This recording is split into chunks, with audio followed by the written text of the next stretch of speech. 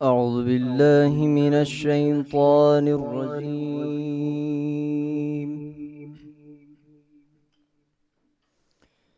بسم الله الرحمن الرحيم.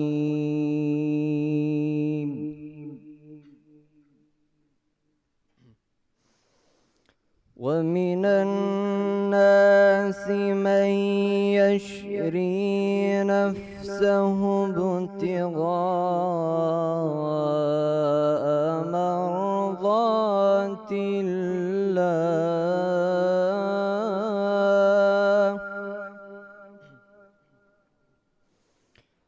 والله رؤوف بالعباد.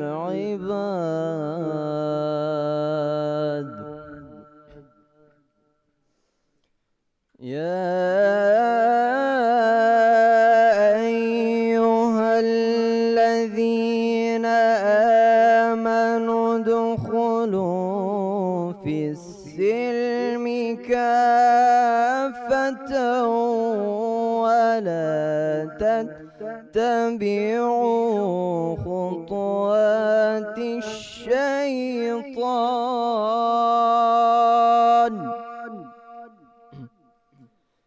إنه لكم عدو مبين.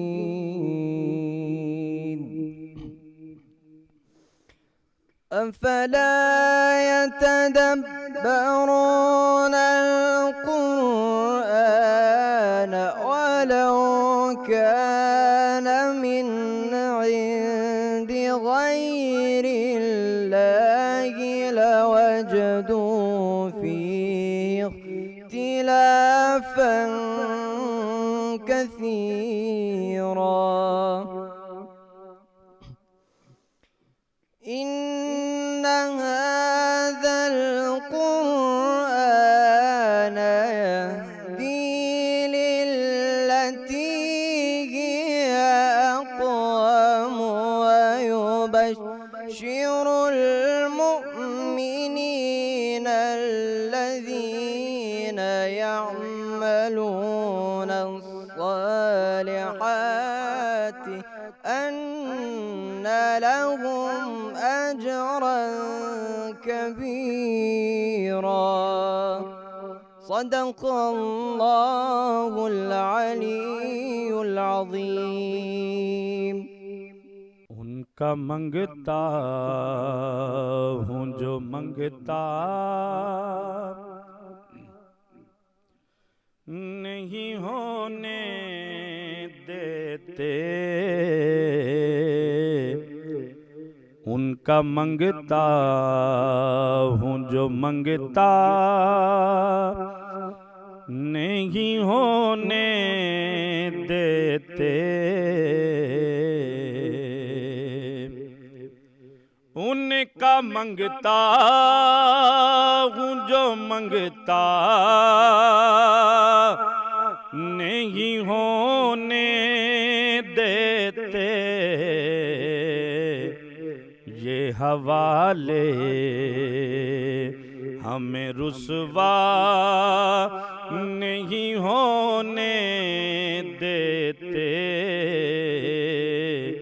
یہ حوالے اپنے منگتوں کی وہ فہرست میں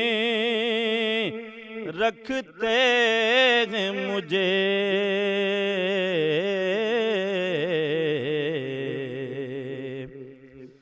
اپنے منگتوں کی وہ فہرست میں رکھتے ہیں مجھے،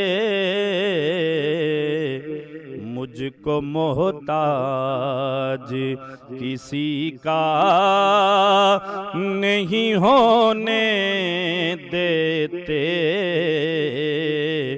مجھ کو محتاج کسی کا نہیں ہونے دیتے، ان کا منگتا ہوں۔ بسم اللہ الرحمن الرحیم۔ پروگرام سچ بات اسپیشل کے ساتھ نصرت مرزا حاضر خدمت ہے۔ آج ہم سانحہ مشرقی پاکستان پر گفتگو کریں گے اور ساتھ ساتھ میں آرمی پبلک اسکول کا جو سانحہ ہوا تھا اس پر گفتگو کریں گے۔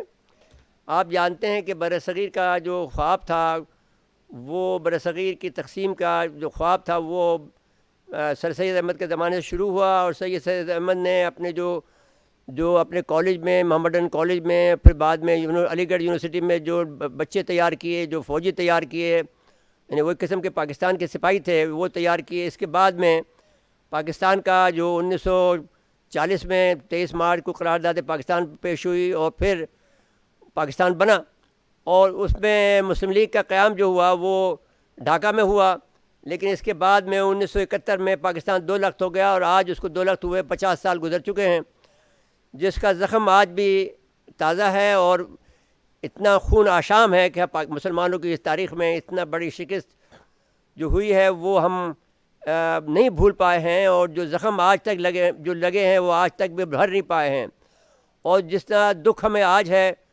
آج بھی وہ جو اس وقت تھا جتنا ہی دکھ آج بھی ہمیں، آج 50 سال گزر جانے کے بعد، اگرچہ ہم نے جو اس کے کردار تھے اس میں ایک تو KGB تھا، مرشیا تھا، اس سے ہم نے بدلہ لے لیا افغانستان میں، اس کو ہم نے شکست فاس دی اور اس کو ٹکڑے ٹکڑے کر دیے، لیکن اس میں ابھی تک انڈیا باقی ہے جس سے ہمیں ابھی انتقام لینا ہے۔ اس کے بعد میں دوسرا جو مسئلہ ہے وہ ہے کہ وہاں جو محصورین پاکستان تھے، جو بنگلہ دیش میں بہاری تھے، جو ہمیشہ یہ کہتے آئے تھے کہ ہم بنگلہ دیش میں نہیں آئے تھے، وہ میں بعد میں بیان کروں گا، تو اب وہ ابھی تک پاکستان کا جھنڈا بلند کیے ہوئے ہیں، اور ہم سمجھتے ہیں کہ دوسرا واقعہ جو APS کا ہوا ہے وہ بڑا دردناک ہے، جس میں کہ چن کر جو ان فوجیوں کو جنہوں نے جو ہے کہ TTP کو لوگوں کو شکست دی تھی، ان فوجیوں کے بچوں کو چن کے انہوں نے قتل کیا، جو آج بھی ہمارے دل میں زخم ہے، اور ہم اسے بھی نہیں بھول پائیں گے، اور وہ بھی 16 دسمبر 2014 کو جو آج بھی ہمارے دلوں پر جو ہے وہ گہرے زخم لگائے ہوئے ہیں۔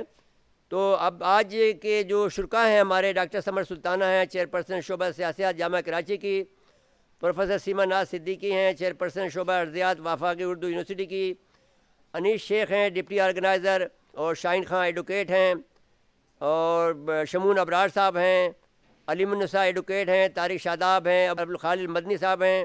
سقوط مشرقی کے پاکستان کے المیہ کو ہوئے آج 50 سال گزر چکے ہیں، اور اس میں مسلمانوں کی جو ہزیمت ہوئی ہے اور جو رسوائی ہوئی ہے اس کے داغ اتنے گہرے ہیں۔ پھر 2014 میں ایک اور واقعہ ہو گیا کہ 16 دسمبر ہی کو، جو کہ آرمی پبلک اسکول کا تھا، جس نے بھی اس داغ کو مزید اور اس زخم کو مزید گہرا کر دیا۔ ہم سمجھتے ہیں کہ جب یہ واقعہ ہوا ہے تو یہ ایک عالمی سازش تھی، اور اس سازش کے تحت جو حکمران یہاں تھے، میرے پاس یہاں کتابیں موجود ہیں، بہت ساری کتابیں جو میں پڑھ چکا ہوں۔ سقوط ڈھاکہ پر جو جنید احمد صاحب، ڈاکٹر جنید احمد نے آخری جو کتاب لکھی ہے، اس میں ہمارے 34,000 فوجی تھے وہاں پر کل، جو بعد میں یہ 92,000 کہا جاتا ہے، لیکن کیونکہ وہ اس میں بہت سے پیراملٹری کے فورسز تھے، البدر تھی، ارشمس تھی، تو وہ سب کے سب تھے، لیکن اس کے بعد میں وہ 92,000 کا فگر جو ہے وہ ہمارے گلے پڑا، لیکن اصل میں تو 34,000 کا فگر ہے، اور اس میں رسوائی بھی بہت ہوئی۔ لیکن اس کے علاوہ جو دکھ ہوا تھا ہمیں، جس پر ایک بات یہ شعر صادق آتا ہے کہ غیرت اہل چمن کو کیا ہوا، چھوڑ آئے آشیاں جلتا ہوا، تو وہ فنا کانپوری نے یہ 1960 میں، اگرچہ یہ مسلمانوں کے لیے جب یہاں کراچی میں ایک مشاعرہ ہوا تھا، میں خود اس میں موجود تھا، اس میں یہ شعر پڑھا تھا، لیکن یہ صادق آتا ہے اس بات پر بھی کہ جب ہم چھوڑ کے آئے ہیں اپنے ساتھیوں کو، جو بعد میں اب یہ جو اس سال جو ہے یعنی دسمبر کے مہینے میں 5, 7 اور 21 میں نومبر کے مہینے میں جو یہاں کے چیف آف آرمی صاحب نے جو وہاں کے بہاریوں کو جو ان کے ساتھ لڑے تھے ان کو تغمے دیے، ان کو ان کے وظائف مقرر کیے اور ان کو بڑے اہتمام اور عزت و احترام کے ساتھ یہاں سے اورنگی سے، مجید کالونی سے، اور لاہور میں اور پشاور سے اور حیدرآباد میں لے کر اپنے یہاں گئے اور ان کو نوازا، تو کم سے کم انہوں نے اشروئی ضرور کی ہے۔ اب اس میں جب ہم یہ بات کرتے ہیں کہ یہ جب ہم ذکر کرتے ہیں کہ کس نے یہ کیا، تو اب ایک تو ہمیں معلوم ہے کہ CIA اس میں تھی، کہ یہ کیسے ممکن تھا کہ وہ یہ برداشت کر سکتے تھے کہ دو ملک ایسے ہوں، کہ ایک ملک ایسا ہو کہ جس میں دو اس کے ونگ ہوں، ایک ایسٹ پاکستان اور ایک ویسٹ پاکستان، تو وہ برداشت نہیں کر سکتے تھے۔ کہتے تھے کہ یہ تو اس کا مطلب یہ ہوا کہ یہ ایک پین اسلامک ورلڈ بنانے جا رہے ہیں، تو اس کو توڑنا ضروری تھا۔ اس میں KGB نے ہمیں بڑا حصہ لیا، اور KGB کا یہ بڑا پارٹ تھا۔ کسی کو لوگوں کو یہ معلوم نہیں ہے، ہم لوگ سب CIA کو الزام دیتے ہیں، اصل میں یہ KGB کا کام تھا۔ لیکن اس KGB سے ہم نے، رشیا سے، سوویت یونین سے ہم نے بدلہ اس طرح سے لیا کہ جب انہوں نے حملہ کیا افغانستان میں، تو پھر ہم نے ان کو مزاحمت کی۔ اور یہ مزاحمت بھی یاد رکھیں کہ جو لوگ اکثر لوگ کہتے ہیں کہ صاحب CIA نے کی، نہیں، ضیاء الحق نے یہ مزاحمت کی ہے، اور 2 سال تک ہم اکیلے لڑتے رہے ان کے ساتھ میں۔ 2 سال بعد میں CIA آئی ہے، اور اس کے بعد میں یہ نتیجہ نکلا کہ وہ اس کے ٹکڑے ہوئے اور 15 ملک اس کے الگ ٹوٹے۔ تو یہ ہم نے ان سے بدلہ تو لے لیا، لیکن ابھی انڈیا باقی ہے۔ جو لوگ ہم سے یہ کہتے ہیں، اب اگر اس میں شعر کی شکل میں کہوں تو میں کس کو بتاؤں ستمگر تیری خاطر، کس کی تباہی میں تیرا ہاتھ نہیں ہے۔ تو اب یہ جو کچھ بھی تباہی ہوئی ہے ہماری اس پاکستان کی، اس میں جو ہاتھ تھے 4 بڑے نام لیے جاتے ہیں۔ ایک اس کا میں ذوالفقار علی بھٹو، یحییٰ، مجیب، اور جو دوسرے لوگ ہیں اس میں یہ لوگوں کا، ان کا 3 تو بڑے نام یہ تھے کہ میں بنگلہ دیش گیا۔ جب میں وہاں پہنچا تو میں نے ان سے کہا کہ دیکھو بھائی، آپ لوگوں کا یہ قصہ یہ ہے کہ آپ پاکستان کے لیے بڑی قربانیاں دی ہیں، تو آپ کم سے کم بنگلہ دیش کی جو ہے نیشنلٹی لے لیں، اور کم سے کم ایک کسی ملک کی شہری تو ہو جائیں۔ میں نے یعنی ایسا تو نہ ہو جائے کہ آپ کا کسی بھی شہری کہیں کا بھی نہ ہو، کہ کسی ملک کی شہری نہ ہو۔ وہ بہت ناراض ہوئے، روئے، اور پھر آ کے میں جب یہاں آیا واپس تو مجید نظامی کے پاس وہ آئے وہاں پر، اور مجھے شکایت کی۔ مجید نظامی صاحب بہت بڑے بنگلہ دیش محصورین پاکستان کی واپسی کے بڑے دائی تھے، اور بڑی خدمت ہے ان کی نوائے وقت کی، جو چیف ایڈیٹر تھے نوائے وقت کے۔ انہوں نے کہا نصرت مرزا صاحب نے یہ بات ہم سے آگے کہی ہے، جو آپ کے دوست ہیں۔ اور تو میں نے کہا کہ مجھے کہا، مجید نظامی نے بلایا مجھے لاہور میں اور کہا کہ تم نے اس کا دل دکھا کے کیوں آئے ہو؟ میں نے کہا نہیں، اس کے علاوہ میں کیا حل کروں، عملی حل کیا پیش کر سکتا ہوں؟ اس سارے واقعے کے بعد میں جو پہلا قدم چیف آف آرمی اسٹاف نے، قمر جاوید باجوہ نے اٹھایا ہے، میں اس کی بہت قدر کرتا ہوں، بڑی قدر کی نگاہ سے دیکھتا ہوں کہ جو انہوں نے اس وقت، یعنی لفظ بھی وہاں پر جو لکھا ہے، بہاری کا لفظ لکھا ہے کہ ویلکم ٹو بہاری، ہم ان کو ٹریبیوٹ پیش کرتے ہیں، اور ان کے جو تقمات دیے ہیں، ان کی جو بیوائیں تھیں جو وہ شہید ہو گئے، کیونکہ ہم نے ان کو تانا دیا ایک دفعہ کہ تم تو وہ لوگ ہو نا، فوجیوں سے میں نے کہا کہ تم تو اپنی لاشوں کے لیے 10 جانیں قربان کر دیتے ہو، تم تو لاشیں چھوڑ آئے ہو وہاں پر، تم تو زندہ لوگ چھوڑ آئے وہاں پر۔ یہ تانے میں نے دیے اپنے مضامین میں، جو یہاں پر کتاب میں یہ پڑھی کراچی کے زخم میں، اس میں نے تانے دیے، اور ٹی وی پہ بھی کہا کہ تم تو اپنے لاش، یعنی کوئی ان کا فوجی شہید ہو جائے تو اس شہید کو، لاش کو لانے کے لیے وہ 10 آدمی قربان کر دیتے ہیں، لیکن لاش ضرور لاتے ہیں، تو تم تو ان کو زندہ چھوڑ آئے ہو۔ تو خیر اب انہوں نے پہلی دفعہ یہ کیا کہ انہوں نے وہ لے کے آئے۔ ناظرین کرام، یہاں لیتے ہیں ایک بریک کے بعد حاضر خدمت ہوتے ہیں۔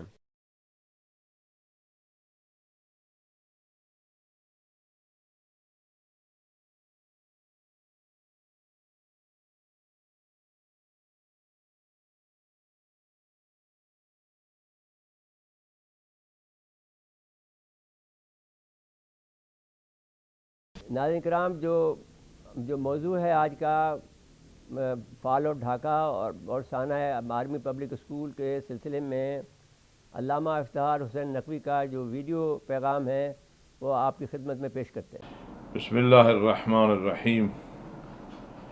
سب سے پہلے تو میں اپنے مہربان بھائی جناب نصرت مرزا صاحب کا شکریہ ادا کرتا ہوں کہ وہ پاکستان کے حوالے سے جو اہم ایام ہوتے ہیں ان سے متعلق باقاعدہ پروگرام کرتے ہیں، اور آج کا پروگرام بھی اسی سلسلے کے لیے ہے۔ اور اس پروگرام میں جتنے بھی شرکاء ہیں ان سب کے لیے میں اپنی طرف سے شکریہ بھی ادا کرتا ہوں اور انہیں سلام بھی پیش کرتا ہوں۔ 16 دسمبر پاکستان کی تاریخ میں ایک بڑا ہی ایسا دن ہے کہ جس نے ہم تمام محب وطن پاکستانیوں کے دلوں کو دکھایا، اور یہ دکھ جو ہے اور یہ غم جو ہے یہ اب بھی موجود ہے۔ کتنا خوبصورت پاکستان تھا جو ہمیں ہمارے محبوب قائد اعظم محمد علی جناح رحمۃ اللہ علیہ نے ہمارے سپرد کیا، لیکن سیاسی قائدین کی نااہلی کہیے، بے توجہی کہیے، کہ جس کی وجہ سے ہمارے وطن کا آدھا حصہ ہم سے جدا ہو گیا۔ اب وہ ایک علیحدہ ملک ہے بنگلہ دیش کے نام سے، ہمارے بھائی ہیں، ان کے لیے ہماری دعائیں ہیں کہ خدا انہیں ترقی دے، متحد رہیں اور اسلام کے نام کو سربلند کریں۔ وہ قومیں ہمیشہ کامیاب رہی ہیں جو اپنے ماضی سے سبق لیتی ہیں۔ ماضی میں جو غلطیاں ہوتی ہیں یا ماضی میں جو اچھے کام ہوئے ہیں ان کو یاد رکھنا اسلامی روایت ہے۔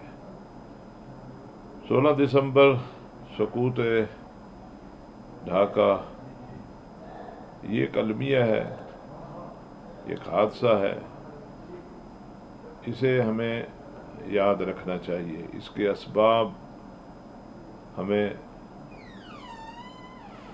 سمجھنے چاہیے، ان پہ غور کرنا چاہیے، تاکہ اس وقت جو غلطیاں ہوئی ہیں وہ دوبارہ نہ دہرائی جائیں۔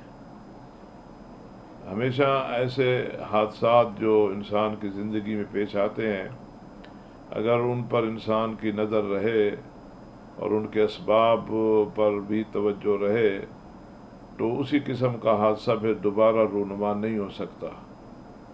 اللہ تبارک و تعالیٰ نے پاکستان کی شکل میں ہمیں ایک بہت بڑی نعمت سے نوازا، ہم نے اس نعمت کی پوری طرح حفاظت نہیں کی، آدھا حصہ ہم سے جدا ہو گیا۔ اب جو ہمارے پاس ہے اس حصے کی حفاظت کرنا ہر پاکستانی کی ذمہ داری ہے،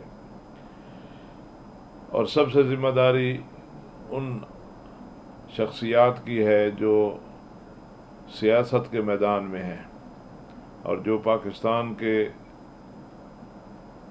داخلی خارجی مسائل پر نظر رکھتے ہیں، اور سیاسی جماعتوں کی قیادت ان کے پاس ہے، اور ہر سیاسی جماعت جو ہے وہ پاکستان کے مفاد، پاکستان کی ترقی، پاکستان کے استحکام کی بات کرتی ہے۔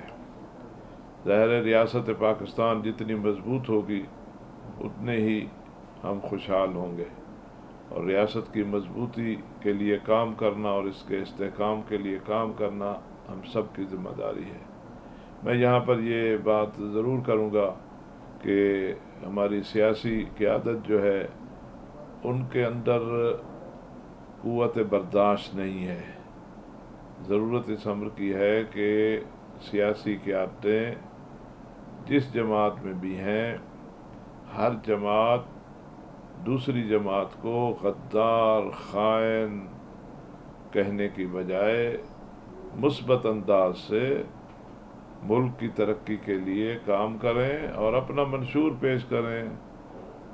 کچھ جماعتیں وہ ہیں جو اقتدار میں رہیں، اب تحریک انصاف اقتدار میں ہے، پھر معلوم نہیں کون سی جماعت آ جائے گی، لیکن اگر یہ سیاسی جماعتیں ایک دوسرے پر غداری کے الزام لگائیں گی، ایک دوسرے کو خائن کہیں گی، تو یہی جماعتیں تو ہیں جن کے پاس پاکستان کی قیادت آنی ہے۔ تو ہماری سب سے یہی عاجزانہ اپیل ہے کہ ایک دوسرے کو برداشت کریں، ایک دوسرے کے جو مثبت کام ہیں، جو اچھے کام ہیں ان کا بھی اعتراف کریں، تعمیری تنقید کریں، اور ملک کی ترقی کے لیے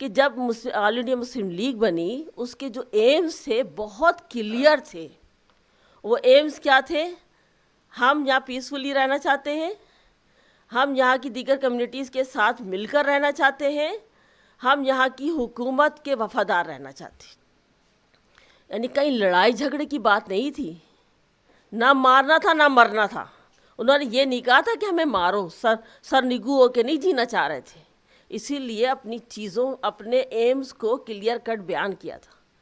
اور پھر یہی مسلمان تھے جنہوں نے پہلی جنگ عظیم کے بعد خود اپنے آپ آدھے دھسے ہوئے, آفات میں دھسے ہوئے, انگریزوں کی غلامی میں دھسے ہوئے, ہندوؤں کی غلامی کی توق میں دھسے ہوئے ہونے کے باوجود انٹرنیشنل تحریک چلائی ترکی کے لیے, خلافت عثمانیہ کے لیے. انہی مسلمانوں نے یہ سوچ کر نہیں چلائی کہ دہلی کا مسلمان چلا رہا ہے, بنگلہ دیش کا مسلمان, بنگال کا مسلمان چلا رہا ہے, علی گڑھ کا مسلمان چلا رہا ہے, الہ آباد کا مسلمان چلا رہا ہے. نہیں, مسلمان نے خلافت عثمانیہ کے لیے اس وقت جب کہ وہ خود نہیں کچھ نہیں تھا, اس نے تو پوری دنیا کی آنکھیں تو پہلے ہی کھل گئی تھیں کہ ابھی تو یہ کچھ بھی نہیں ہے, ان کے تو پیر بھی کٹے ہوئے ہیں, تو یہ سر اٹھا کر جینا جانتے ہیں, اور نہ خود جینا جانتے ہیں بلکہ اپنے سے منسلک شناخت کو بھی سر اٹھا کے جینے کی امنگ رکھتے ہیں.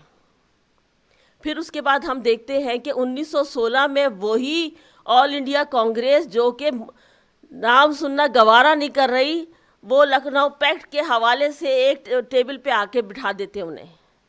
یہ مسلمانوں کی ایک اور کامیابی تھی جو سمپلی 10 سال کے عرصے میں طے کی. پھر آگے جا کر 1936 کے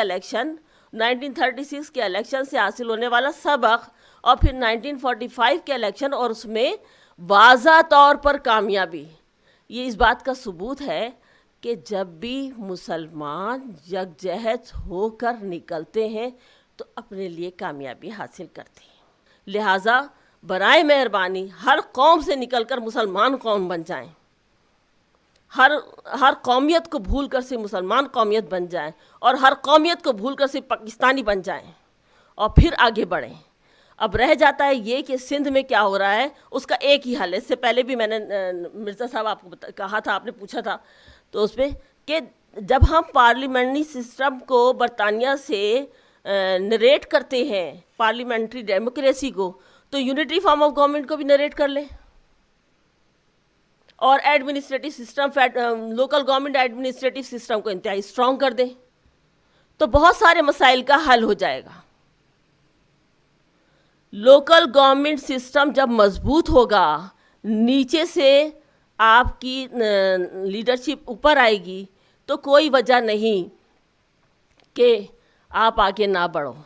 یونٹری فارم آف گورنمنٹ سے میری مراد یہ کہ آپ سینٹرلائزیشن آف پاور پارلیمنٹ تک رکھیں, اور میری جتنی پالیسی ساز ہیں جو بھی ہیں اس وقت جو اپنا رول پلے کر رہے ہیں, برائے مہربانی ایک زمانہ تھا کہ جب ہندوستان ہو یا پاکستان, بلکہ جنرل ٹکا خان جب بنگال میں گئے, ایسٹ پاکستان میں, تو انہوں نے وہاں جا کر ان مسائل کے حل کے لیے پروفیسرز, یونیورسٹی کے پروفیسرز سے میٹنگ کی تھی.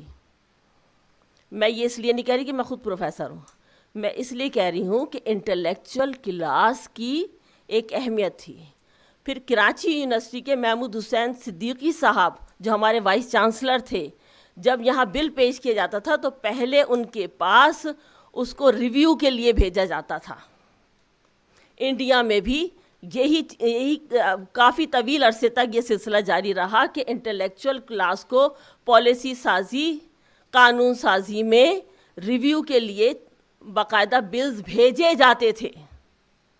لیکن اب کیا, اگر کسی اتفاقی حادثاتی طور پر بن جانے والے لیڈر کی یہاں کوئی بچہ پیدا ہو گیا ہے تو پہلے سے ہی ماتھے پر چسپا ہو گیا اس کے لیڈر بننا. جب قومیں اس طرح چلتی ہیں تو ان کا انجام اسی طرح ہوتا ہے. تو برائے مہربانی سارے, چاہے 80 سال کا بوڑھا ہو, چاہے 8 سال کا بچہ, ایک تو کتابوں سے رشتہ جوڑ لیں, کتاب سے محبت کرنا سیکھ لیں, وہ کتاب قرآن بھی ہے اور وہ کتاب علم کی دیگر علم کی بھی کتاب ہے.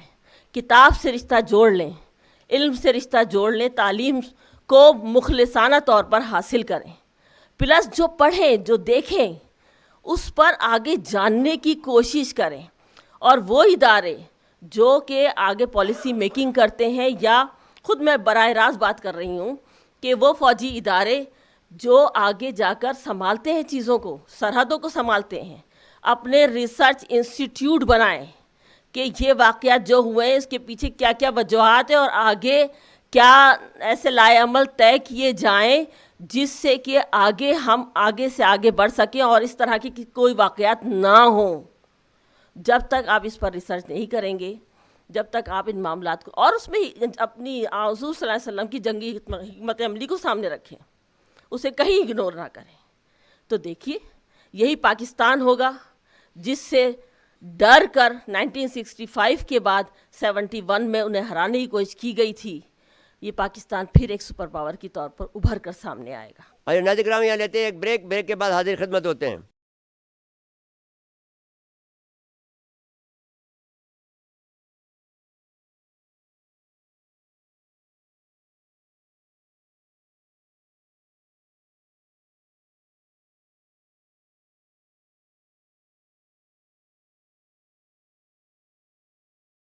درخواست گزاروں پروفیسر سیما ناز صدیقی سے کہ وہ تشریف لائیں اور اپنے خیالات کا اظہار کریں. اعوذ باللہ من الشیطان الرجیم, بسم اللہ الرحمن الرحیم. شکریہ مرزا صاحب, آپ کی بدولت تھوڑی سی دل کی باتیں کرنے کا کہیں پر موقع مل جاتا ہے. بہت پہلے ہمارے ایک بہت ہی معتبر معزز شاعر قابل اجمیری صاحب نے فرمایا تھا, وقت کرتا ہے پرورش برسوں, حادثہ ایک دم نہیں ہوتا. جی ہاں, بالکل صحیح حقیقت ہے, اور ایک ایسی حقیقت جو آج ہم سب پر بحیثیت قوم پوری طرح آشکارا بھی ہو چکی ہے.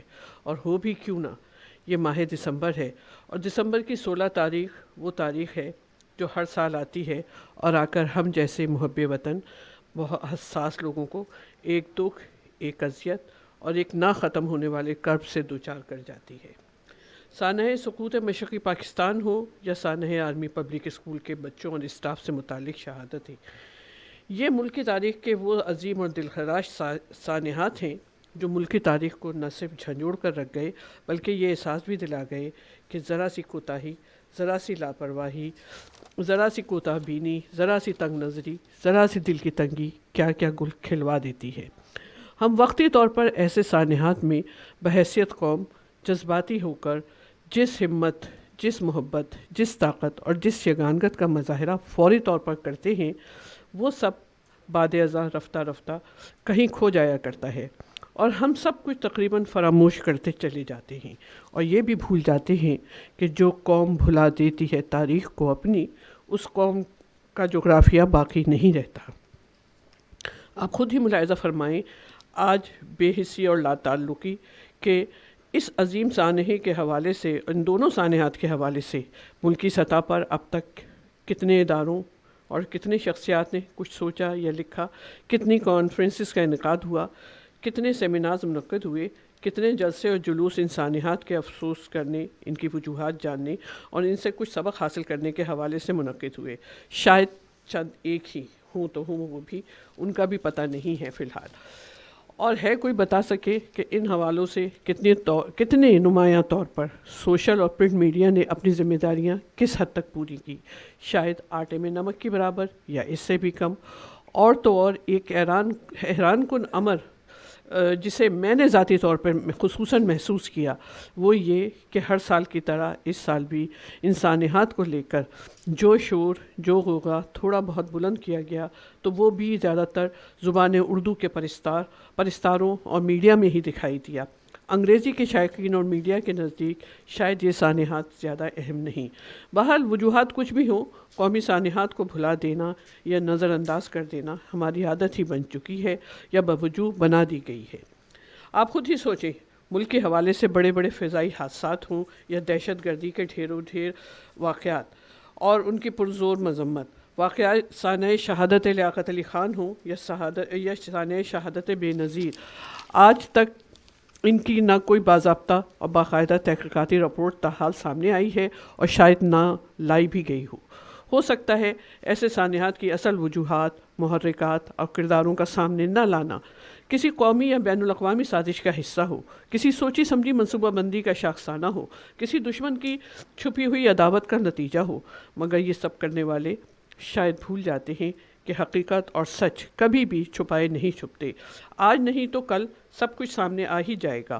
ہم بھولتے جا رہے ہیں کہ روز اول سے ہمارے ساتھ آزادی پانے والا ملک بھارت ہمارا ازلی دشمن ہے اور رہے گا۔ ہم محض پڑوسی کی رٹ لگائے ریت میں منہ دبائے پڑے رہتے ہیں اور وہ ہمیں نقصان پہنچانے کا کوئی موقع ہاتھ سے نہیں جانے دیتا۔ روز اول ہی سے اس کی بری نظر مشرقی پاکستان پر تھی۔ کشمیر کے ساتھ ساتھ وہ مشرقی پاکستان کو بھی ہتھیانا چاہتا تھا۔ 1965 میں جب اسے ہماری پاک فوج نے اس کے ناپاک ارادوں میں جنگ کی شکل میں منہ توڑ عبرتناک شکست سے دوچار کیا تو وہ زخمی سانپ بن بیٹھا۔ وہ یہ بھی جانتا تھا کہ وہ پاک فوج سے دو بدو روایتی لڑائی میں کبھی بھی نہیں جیت سکتا اور نہ جیت سکے گا، تو اس نے 1968 میں اپنے یہاں اپنی ایک فوج میں ریسرچ اینڈ انالیسس ونگ، جس کو را کہا جاتا ہے، تشکیل دیا اور لامحدود فنڈ دے کر نہایت ہی سائنٹیفک انداز میں مشرقی پاکستان کے لوگوں میں غیر محسوس طریقے سے وطن پرستی کے نام پر ڈھیروں میر جعفر اور میر صادق تیار کر دیے۔ ساتھ ہی وہاں مکتی باہنی کے نام پر مسلح گروپ تشکیل دے کر اپنی فوج کو سویلین کی شکل میں اس کا حصہ بھی بنوا دیا۔ دوسری طرف ہمارے سیاستدان تھے جو احساس برتری کے زوم میں گم، اقتدار کے نشے میں ڈوبے ہوئے بدمست ہو کر ذاتی مفادات کے حصول میں برسر پیکار تھے۔ وہ کچھ جان ہی نہ سکے۔ انہوں نے سوچنے ہی کی زحمت نہ کی کہ وہ بنگالی بھائی جو قیام پاکستان کے وقت 56% تھے، ان کا حق کیا ہے اور انہیں کیا دیا جا رہا ہے، وہ کیا سوچ رہے ہیں۔ وہ ملک جو انہوں نے اسلام کے نام پر دو قومی نظریے کے بنیاد پر ہمارے ساتھ مل کر بنایا تھا، اس کے قیام کے فوراً بعد ہی ان کے ساتھ ہم کیا کر رہے ہیں، یا وہ یہ کیوں سوچنے پر مجبور ہو گئے ہیں کہ اس آزادی سے تو بہتر تھا کہ ہم انگریزوں کے غلام ہی رہتے۔ ان کی 56% اکثریت کو نہ جانے کیوں کس وجہ سے 51% کر دیا گیا۔ اس میں وہاں کے میر جعفر اور میر صادق کا کردار بھی بہت نمایاں رہا۔ بہرحال آج 50 سال گزرنے کے بعد جب بنگلہ دیش اپنا یوم آزادی منا رہا ہے تو اس نے اپنے قومی اشتہار میں اپنا تقابل پاکستان کی ترقی سے کیا ہے، اور ہم آج کیا ہیں آپ بھی جانتے ہیں اور میں بھی۔ جی بہت بہت شکریہ ڈاکٹر سیما ناز صدیقی صاحبہ۔ درخواست گزار ہوں جناب ابو خالد مدنی صاحب سے کہ وہ آئیں اور اپنے خیالات کا اظہار کریں۔ بسم اللہ الرحمن الرحیم۔ اللہ رب العزت والجلال نے قرآن کریم میں بے شمار واقعات الحمدللہ انبیاء علیہم السلام کے اور بھی کچھ واقعات بیان فرمائے ہیں، اور اس کا ریزن یہ دیا گیا لقد كان في قصصهم عبرة لأولي الألباب، یقیناً ان تمام قصوں میں عبرت نصیحت ہے اہل عقل کے لیے۔ میں آپ جیسا تو اتنا نہیں ہوں، مگر میری ناقص عقل یہ ہے، اگر آپ اس دور کو دیکھیں تو وہاں مشرقی پاکستان میں ہوا یہ تھا، اور بہت سارے ایلیمنٹ نو ڈاؤٹ، اس میں ایک یہ بھی تھا، وہاں احساس محرومی تھا۔ کس چیز کا میرے محترم؟ جب مجھے پروپر طریقے سے، جیسے تاریخ اپنے آپ کو دہرا رہی ہے، وہی سب کچھ ہمارے ہاں اب اللہ نہ کرے ہمارے ملک میں ہو رہا ہے، خصوصاً کراچی میں ہو رہا ہے، تو یہ جو سچویشن ہے، جب انسان ڈسٹرب ہوتا ہے، فرسٹریشن اس کے اندر بڑھ جاتا ہے، جب اس کو پروپر کھانا نہیں مل رہا، پروپر لباس نہیں مل رہا، پروپر انکم نہیں ہو رہی، پروپر سیکورٹی نہیں ہو رہی، تمام چیزیں الجھتی چلی جاتی ہیں، یہ اس کو نگیٹو بناتی چلی جاتی ہے میرے محترم۔ اسی لیے آج دنیا میں وار، اکنامک وار ہے میرے محترم۔ جی اب ان کو اور کچھ نہیں چاہیے۔ آپ دیکھیے جتنے بھی مسلم ممالک ہیں ہمارے، سب کو خانہ جنگی میں الجھا دیا گیا ہے، اور خانہ جنگی وہ سچویشن ہے جہاں آپ کوئی تعمیر نہیں کر سکتے، آپ غربت میں پھنستے چلے جاتے ہیں، ڈوبتے چلے جاتے ہیں۔ یہی اب نیا حربہ ہے، ان لوگوں کا جو ہم پہ مسلط کیا جا رہا ہے، اور یقیناً ہمارا ملک الحمدللہ پاکستان تمام دنیا کی نظر میں میرے محترم اسلامی ممالک، آپ دیکھ لیجئے عرب ممالک، ان کو کس طریقے سے ٹریٹ کیا جا رہا ہے آپ کے سامنے. الحمدللہ ان لوگوں کی نظر ہمارے اوپر تھی. الحمدللہ وہ چاہتے تھے کہ ہم سے دوستی کریں اور ہم مل کر ان کو کچھ سپورٹ کریں، بہرحال ہو نہ سکا. تو میرے محترم آج ہم اسی سچویشن میں آ کے کھڑے ہیں. احساس محرومی جو ہے یہ انسان کو نگیٹو بناتی ہے، اور نگیٹو انسان کو آپ ایزلی کنوے کر سکتے ہو. Be strong in your life. اگر آپ بہتر کھائیں گے، بہتر جگہ رہیں گے، بہتر جاب کریں گے، بہتر انوائرمنٹ آپ کو ملے گا، یقیناً آپ بہتر سوچیں گے، یقیناً آپ تعمیری کام کریں گے میرے محترم. جی اس ملک کے لیے، اپنے وطن کے لیے بہت کچھ کر سکیں گے. اسی لیے آپ نے پہلے ہمیں سکھایا کہ آپ پہلے دنیا مانگیے. آتنا فی الدنیا حسنہ then وفی الآخرۃ حسنہ. میرے حبیب، میرے آقا صلی اللہ علیہ وآلہ وسلم نے پناہ مانگی. اللہم انی اعوذ بک من شر الفقر فإنہ بئس الضجیع. آپ رب کریم، میں آپ سے پناہ مانگتا ہوں فقر سے، غربت سے، اس نے کہ وہ انسان کو تکلیف دیتی ہے میرے محترم. تو یقیناً ہمیں تدارک کرنا ہے کہ واقعات ایسے نہ ہوں. الحمدللہ ہم اپنی فیلڈ میں ضرور اس کی کوشش کریں. حب الوطنی ضرور اس کا اہتمام کرنا ہے، وطن سے محبت کرنا، وطن کا خیال کرنا. اور جو الحمدللہ ہمارے آرمی کے لوگ ہیں ماشاءاللہ، جو محافظ ہیں ہمارے وطن کے، ہم ان کا ساتھ دیں. جی بہت بہت شکریہ جناب ابو خالد مدنی صاحب. ناظرین کرام یہاں لیتے ہیں ایک بریک کے بعد حاضر خدمت ہوتے ہیں.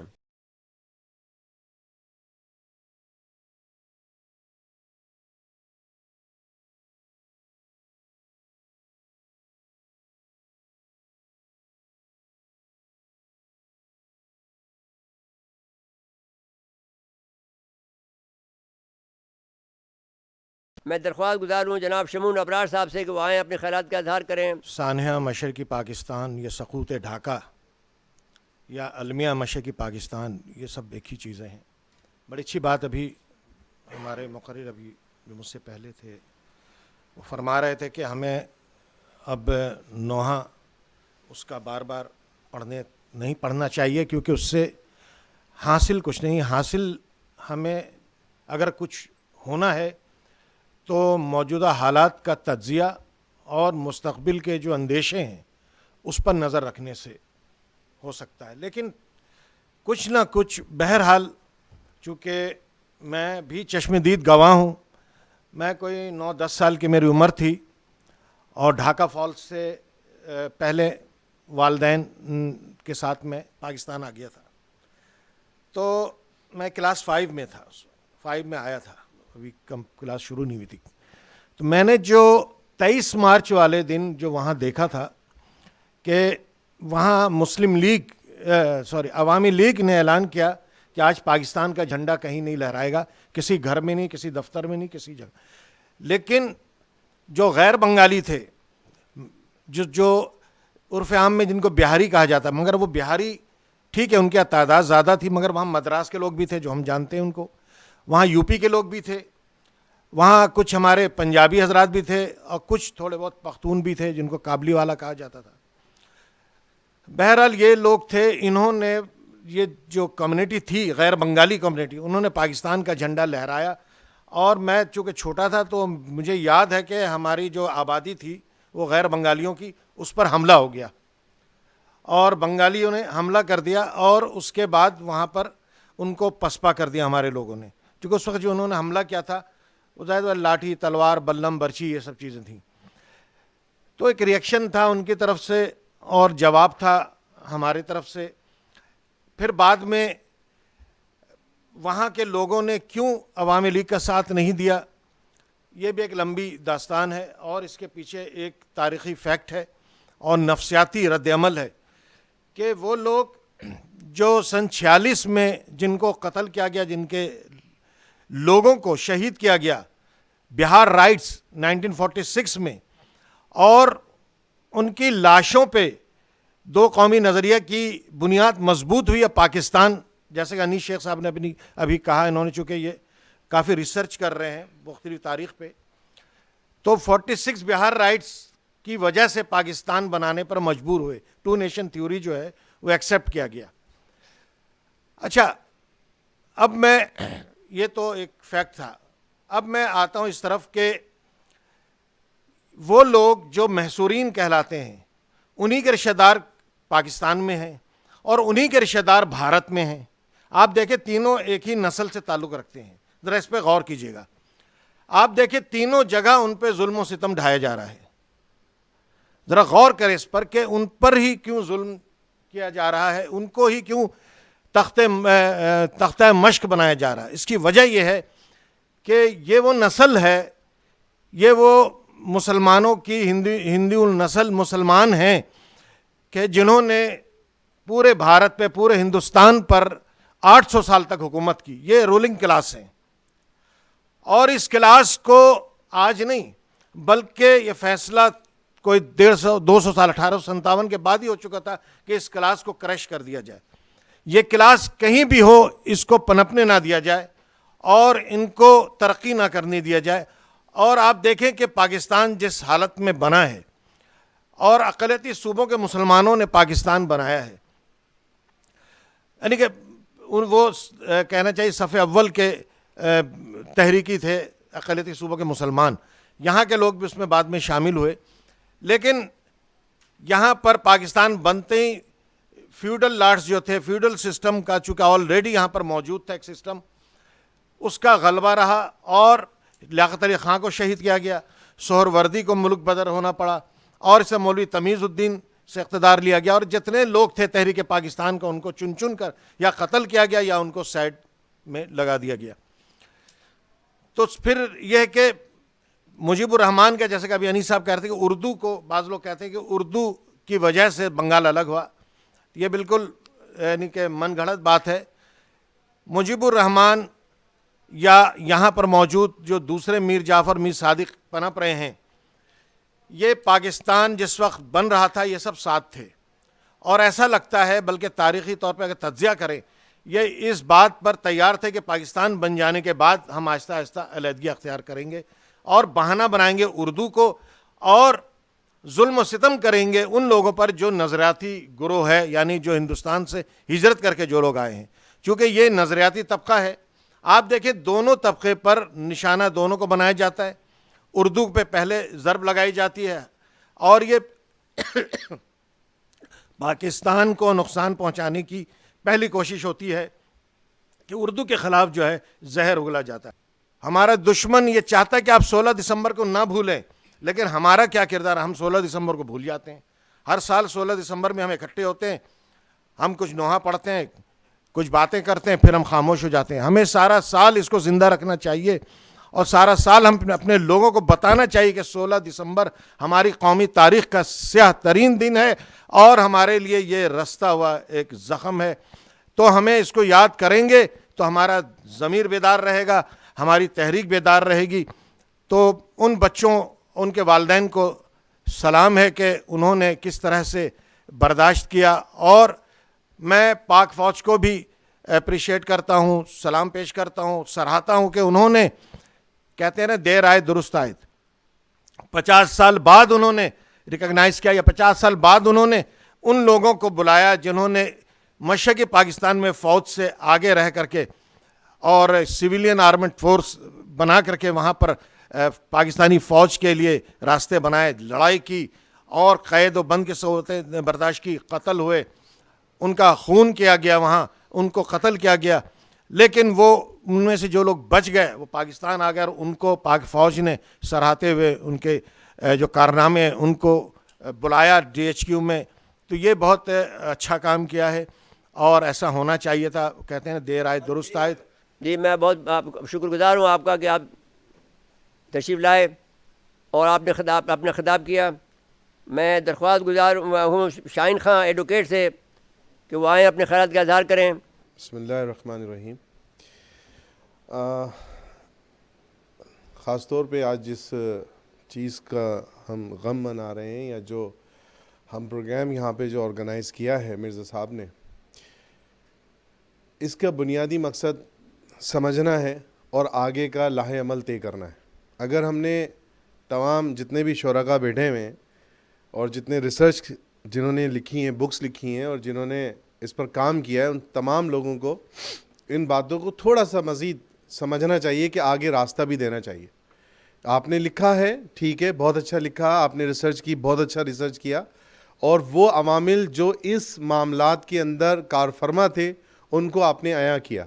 لیکن میں آپ سے صرف 2-3 باتیں یہ کرنے کے لیے یہاں پر آیا ہوں کہ دسمبر کے اندر جو 2 انسیڈنٹ ہوئے ہیں بہت پاکستان کے اندر، سب سے بڑا میں یہ سمجھتا ہوں پاکستان کے اندر جو ایسٹ پاکستان جو الگ ہوا ہم سے، 1965 میں آپ ایک بہت بڑی جنگ جیتتے ہیں انڈیا کے خلاف، اور صرف 5 سال میں آپ دوسری جنگ ہار جاتے ہیں اور آپ کا ایک بہت بڑا بازو جو ہے وہ پاکستان سے الگ ہو جاتا ہے۔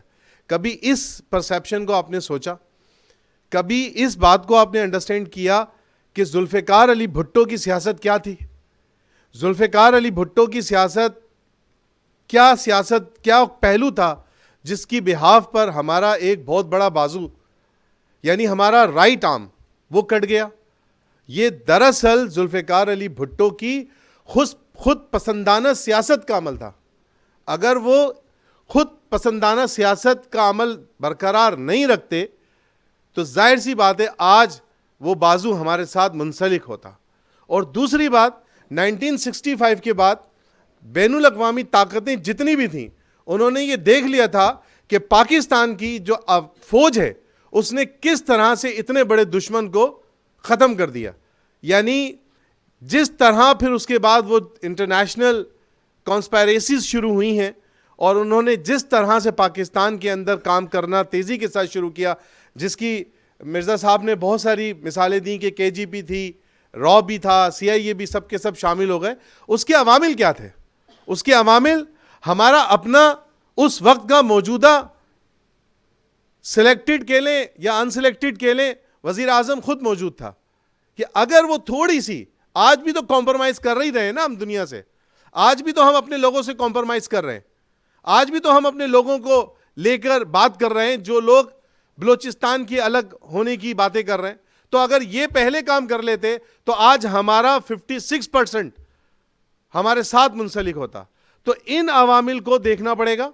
اور دوسری بات، ذوالفقار علی بھٹو کی سیاست کو انڈرسٹینڈ کرنا پڑے گا۔ پاکستان کا نام تبدیل کیا، ہم پاکستانی تھے، ہم مہاجر ہیں، ہم پاکستان میں آئے تھے، ہم ذوالفقار علی بھٹو کے پاکستان میں نہیں آئے تھے۔ ذوالفقار علی بھٹو کی سیاست کو اگر آپ نے سمجھنا ہے، اس کی پوری اگر آپ نے انالیسس کریں گے، آپ کو پتہ چل جائے گا کہ کون باہر کا بندہ ہے اور کون اندر کا بندہ ہے، کس طرح سے اس نے پاکستان کو ڈیمیج کیا ہے۔ یہ سب سے بڑی ڈیمیج کا جو نشان ہے وہ ذوالفقار علی بھٹو ہے۔ پاکستان آرمی نے، دیکھیں آرمی انڈر کنٹرول ہوتی ہے PM کے، آج بھی جس طرح سے پرابلمز کہاں سے کریٹ کریں انہوں نے لوکیٹ کیا وہاں پہ جا کے، اور ہم اپنی آرمی کو وہاں پہ، ٹھیک ہے جو بھی معاملات جس طرح سے بھی طے ہوئے، سفارتی طور پر ہمارا کولیپس تھا۔ اتنا بڑا ماس کیئر جو ہوا ہے وہ میں یہ سمجھتا ہوں غم حسین کے بعد، لا الہ الا اللہ محمد الرسول اللہ کے نام پر جو پاکستان بنا، اس کے بعد سب سے بڑا سانحہ ہمارا یہ سانحہ مشرقی پاکستان ہوا ہے۔ تو ہم جب تک اس کا غم نہیں منائیں گے، جب تک ہم ان کے پہلوؤں کو انالیسس نہیں کریں گے، ہم آگے کا لاہ عمل طے نہیں کر سکتے۔ اور آج جو کراچی کے ساتھ کیا جا رہا ہے، کیا اس پرسیپشن کو انڈرسٹینڈ کریں اور اس حالت کو انڈرسٹینڈ کریں، آپ کو سمجھ میں آ جائے گی آج کیا ہو رہا ہے کراچی کے ساتھ، آج کس نام پر ہمیں جو ہے وہ دلدل میں دھکیلا جا رہا ہے۔ تمام ہم سے پاورز لے لیے گئے ایک اسمبلی بنا کر۔ ہم بانیان پاکستان ہیں، ہم نے پاکستان بنایا ہے۔ آج ہماری گورنمنٹ یا آج ہماری فوج ہمارے لوگوں کو، بہاری لوگوں کو اپریشیٹ کر رہی ہے، تو بھائی پچھلے 30 سال پہلے کیا کر رہے تھے؟ آج میں 50 سال پہلے کیا کر رہے تھے آپ؟ اس اسٹیپ کو ہم اپریشیٹ کر رہے ہیں، لیکن 50 سال گزرنے کے بعد آپ آ رہے ہیں اس موقع پر۔ تو جو 50 سال کی محرومیاں ہیں, اس کو کہاں لے کے جائیں گے ہم؟ اس کو بھی تو کمپنسیٹ کریں آپ, یا اس کو سمجھتے ہوئے آپ کراچی کو ایٹ لیسٹ وہ رول ماڈل تو بنائیں جو کہ آپ نہیں بنا سکے بنگلہ کو.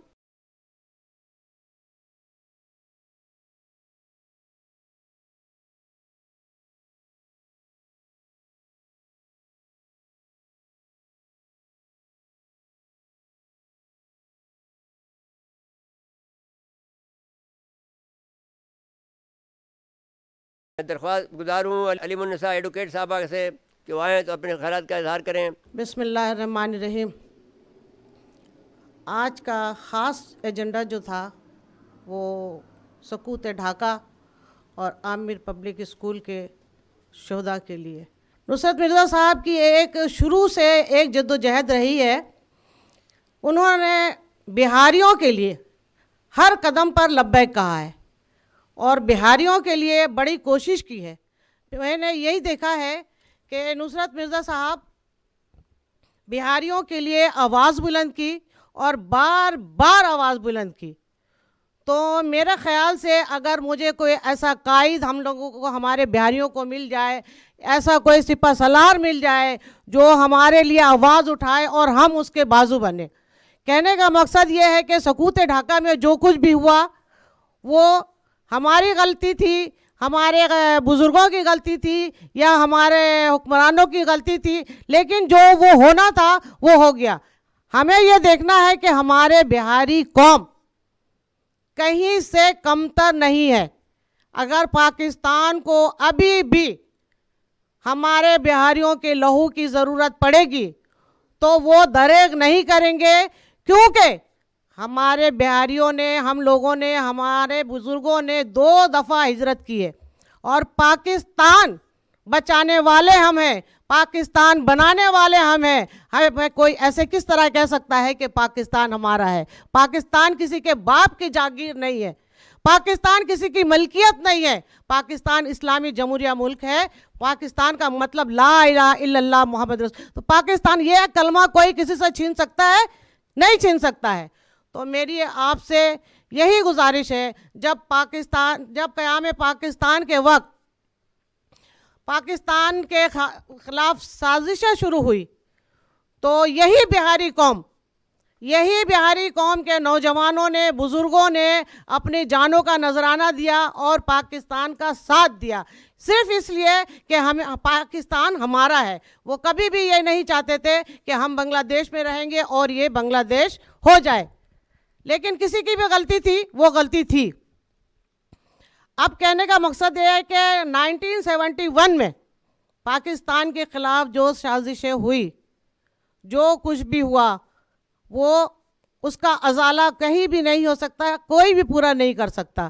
اس وقت بھی ہمارے بزرگوں نے, ہمارے بھائیوں نے, بہاریوں نے اپنا خون بہایا, اپنے بچوں کو شہید کیا, اپنے بیٹیوں کو, اپنی فیملی کو ریزہ کیا, لیکن وہ پاکستان کا نام نہیں بھولے. میں درخواست گزار ہوں طارق شاداب صاحب سے آئیں اور اپنے خیالات کا اظہار کریں. پاکستان کیسے بنا یہ بھی ہم جانتے ہیں, پاکستان کیسے ٹوٹا یہ بھی ہم جانتے ہیں.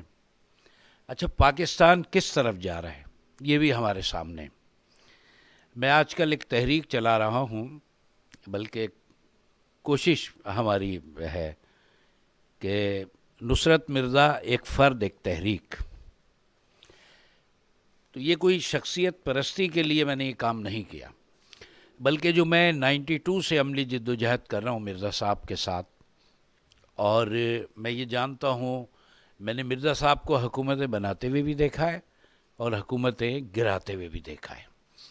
مرزا صاحب اس تمام اس کے جو ہے,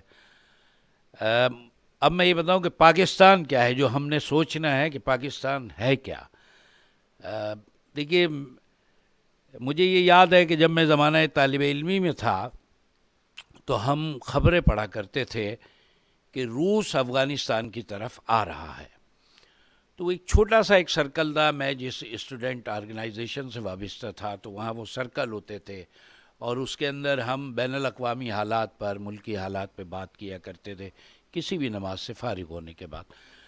تو مجھے یاد ہے کہ ایک دن وہ، کیونکہ یہ ذرائع ابلاغ اتنا زیادہ ایڈوانس نہیں تھا، ٹیلی فون بہت کم تھے لوگوں کے پاس، اخبار بھی ایسا ہوتا تھا کہ کسی ہوٹل میں رکھا ہوا ہے یا کسی گھر میں آ رہا ہے تو وہ محلے میں ادھر ادھر لوگ پڑھنے کے لیے لے لیا کرتے تھے، مڈل کلاس کی ایک اکثریت جو ہوا کرتی تھی محلوں میں. تو پتہ ہی چلا کہ جناب رشیا نے پیش قدمی کر دی ہے اور اب وہ فوج کشی کی طرف بڑھ گیا ہے افغانستان میں. یہاں سے لوگوں کو کہا گیا کہ بھئی عملی طور پر آئیے اور افغانیوں کی مدد کریں، اصل ہدف تو پاکستان ہے. تو لڑتے ہیں چل کے، تو ہم لڑنے بھی چلے گئے جناب وہاں پر. تو آج جب ہم اس کے بارے میں پروپیگنڈا سنتے ہیں، جی وہ روس آ گئی، وہ امریکہ آ گیا، برطانیہ آ گیا، اور جناب یہ جنگ جو ہے نا یہ مشرق کی، وہ مغرب کی تھی اور ہم اس کے اعلی کار بن گئے. بھائی ایسا نہیں تھا، ہم وہاں لڑے ہیں. ہمیں الحمدللہ ہم ان زخموں پر آج بھی فخر کرتے ہیں جو ہمارے جسم پر وہاں لڑتے ہوئے لگے ہوئے ہیں، ہم ان پہ فخر کرتے ہیں، وہ ہمارے لیے تمغوں سے بڑھ کر ہیں. تو ہم نے وہاں جو ہے وہ ہم لڑے اور ہم نے وہاں روسیوں کو جو ہے وہ پسپا کیا، اور ایک وقت آیا کہ وہ روس چلا گیا وہاں سے اور اس کے اپنے حصے بکرے ہو گئے، سوویت یونین، تو وہ اس کے حصے بکرے ہو گئے اور وہ چلا گیا. تو ہمیں وہاں جا کر پتہ چلا کہ پاکستان ہے کیا. اور مرزا صاحب تو شاید اس بات سے واقف ہوں اور ہمارے دیگر دانشور کہ شاید جب پولینڈ کے کسی لیڈر سے پوچھا گیا کہ آپ جو ہے اس سوویت یونین نے آپ کو قابو میں کیسے کر لیا تھا، تو انہوں نے کہا جی ہمارے پڑوس میں کوئی پاکستانی نہیں تھا جو ہم بچتے. تو یہ ہے پاکستان. انیس شیخ صاحب سے میں درخواست گزاروں کہ آئیں اپنے خیالات اظہار کریں. فال آف ڈھاکہ کے مختلف ڈائمنشن ہیں ہر ایک کی بات کرنے کی، اور اس کو ہر کسی نے اپنے اپنے انداز سے دیکھا ہے. کسی نے اس کو نیگیٹو دیکھا ہے، کسی نے پازیٹیو دیکھا ہے. میں صرف ایک اتنا عرض کرنا چاہوں گا فال آف ڈھاکہ پہ تو نہیں، کیونکہ فال آف ڈھاکہ پہ اگر بولیں گے تو 20-25 منٹ لگ جائیں گے، 5 منٹ دیے گئے ہیں. وہ یہ کہ جب آل انڈیا مسلم لیگ بنی تو آپ لوگ سب جانتے ہیں کہ سر علی امام جو تھے وہ بانیان تھے آل انڈیا مسلم لیگ کے. تو جو بہار کے لوگ تھے ان کی بہت بڑی قربانیاں تھیں اور بہت بڑی محنت تھی اور مسلسل محنت رہی ہے ان کی. اور جب نواب سلیم اللہ خان صاحب نے 5 دسمبر 1906 کو اجلاس بلایا اپنی حویلی میں ڈھاکہ میں، تو اس میں بہار اور یو پی اور دہلی کے اکابرین کو ہی بلایا اور خود انہوں نے صدارت نہیں لی، نواب محسن ملک صاحب کو دی. تو ان تمام لوگوں نے مل کے جو پورے جو زرخیز خطہ تھا، جو آج بھی زرخیز خطہ ہے، اور اس زرخیز خطے کے لوگ اس کراچی میں موجود ہیں، تو اس زرخیز خطے کے لوگوں نے مل کے یہ پیارا پاکستان بنایا. اچھا، مختلف باتیں کی جاتی ہیں بنگلہ دیش کے اوپر اور ڈھاکہ پہ، فال آف ڈھاکہ کے اوپر، اور آج بھی میں پوسٹ پڑھ رہا تھا کہ ہر کوئی اس کو ایک منافقت کی نظر سے بھی دیکھتا ہے اور الگ الگ نظر سے دیکھتے ہیں. تو کوئی ایک صاحب نے آج ایک دانشور انہوں نے پورے ایک آرٹیکل لکھا، انہوں نے کہا کہ جی بنگلہ دیش بننے کی ایک بہت بڑی وجہ جو تھی وہ قائد اعظم کا اردو نافذ کرنا تھا. یہ اتنا بڑا جھوٹ ہے، اتنا بڑا پروپیگنڈا ہے کہ جس کی کوئی حد ہی نہیں ہے. یعنی مجیب الرحمان کے نکات میں تو یہ بات تھی نہیں، شامل ہی نہیں تھی. تو ایک تو ہمیں اس کی تردید کرنی چاہیے اور اس کو بار بار مرزا صاحب آپ ماشاءاللہ اتنے بڑے دانشور ہیں، آپ کو تو خیر یہ معلوم ہے سارا کہ اتنا یعنی ڈٹائی کے ساتھ جھوٹ بولا جاتا ہے. دوسرا جو اہل بہار ہیں ان کا بڑا کردار رہا ہے. اب وہ بہار سے ہجرت کر کے جب یہاں بنگلہ دیش آئے تو انہوں نے بھی نہیں سوچا تھا کہ یہ تو کوئی بنگلہ دیش بن جائے گا، ایک اپنی زندگی گزار رہے تھے.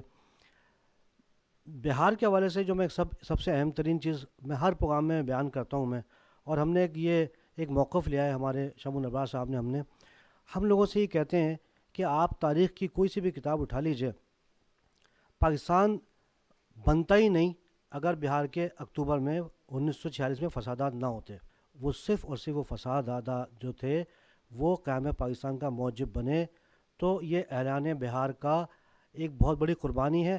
اور جو 71 میں ہوا اس کے اوپر میں نے جیسے عرض کی کہ اس کے اوپر جتنا بھی کہا جائے بولا جائے، میں خود اس پہ 1 گھنٹے 2 گھنٹے بول سکتا ہوں میں، لیکن صرف یہ تاریخ حقیقت بتانی تھی اور جو بہار کے لوگ ہیں ان کی قربانی بتانی تھی. اور ہم ہر جگہ درخواست کرتے ہیں کہ ہر محفل میں یہ بیان کریں کہ جی جو بہار کے فسادات تھے وہ صرف اور صرف پاکستان کے آخری ٹرننگ پوائنٹ تھا پاکستان بنانے کا 1906 کے بعد.